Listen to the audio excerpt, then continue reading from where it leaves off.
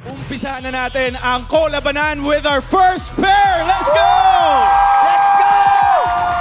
Isang duo ng dalawang palabang boys, Vision Patrick and Zeus. Ang dance style na gagawin natin ay hip-hop. First time ko gagawin ito kasi ano talaga contemporary. Akala ko dance sport. Nung nalaman ko din si Kuya Zeus yung makaka-partner ko, nayanig yung mundo ko. May mga alam naman ako sa hip-hop, pero hindi ganun kalawak katulad ni Kuya Zeus. Sana matanda na talaga. Hindi! Let's go, Patrick! Siyempre si Patrick yung kasabay mo. Grabe yung energy niya. Dapat pantayan mo yun eh. Kailangan ko ring paghandaan yung stamina ko nga para masabihan siya na hindi ako nakikitang hinihingal. Kailangan magkasing edad kami. Sa itsura naman magkasing edad kami.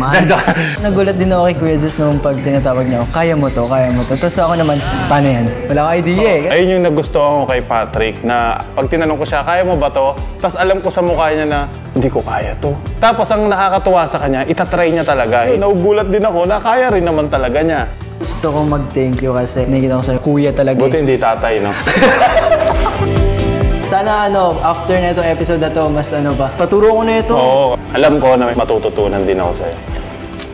Thank you.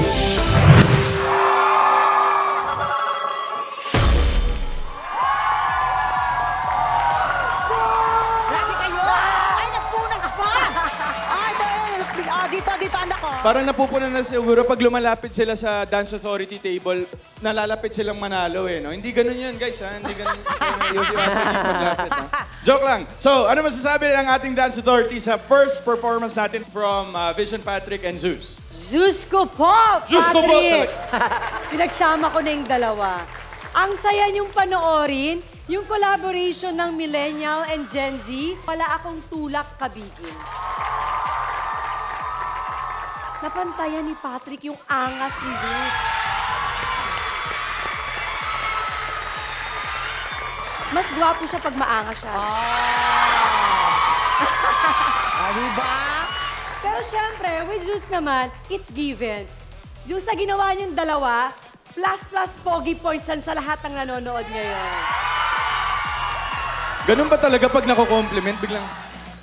Liliit yung mata. Try ko sa'yo, Alden, ang gwapo mo ngayon.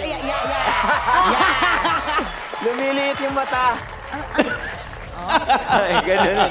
Sige, Coach. Sobrang na-OC lang ako siguro talaga pag may mga props na nalalaglag. Yung una is yung towel. Pagdating ni Zeus dito, wala siyang towel. And then yung paghagis ni Patrick ng shades. Ang mata ko, wala na sa kanila, nandun sa shades. Tapos nung bumagsak sa harap nila, so iniisip ko baka maapakan ni Zeus. So, importante din na maingatan natin yung mga props na gagamitin natin. Pero sa ginawa naman nila yung paborito ni Zeus na stance niya, na tricks niya, lahat ng ginagawa niya talagang sanay na sanay siya. Tapos nasabayan naman siya ni Patrick. Good job. Tsaka gusto ko lang i-shoutout si Coach dun sa choreographer. Yeah. Yes, thank you. Thank you sa ating Dance Authority. At mula sa dalawang matikas na mekaniko, tingnan naman.